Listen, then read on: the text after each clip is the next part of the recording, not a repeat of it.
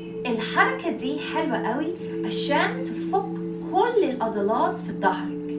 هي كمان حلوة قوي عشان تفك ركبك من ورا. يلا بينا نجرب الحركة دي مع بعض. اوكي، اقفي كويس وخلي وزنك في حنشك. انتي هتتني صدرك على ركبك. خلي ظهرك مستقيم لغاية الآخر. ولما مش تقدري تمشي قدام اكتر، خلي ظهرك ريلاكس ودخلي دقنك جوه.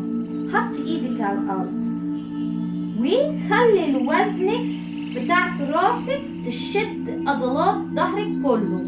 يعني خلي راسك ريلاكس خالص.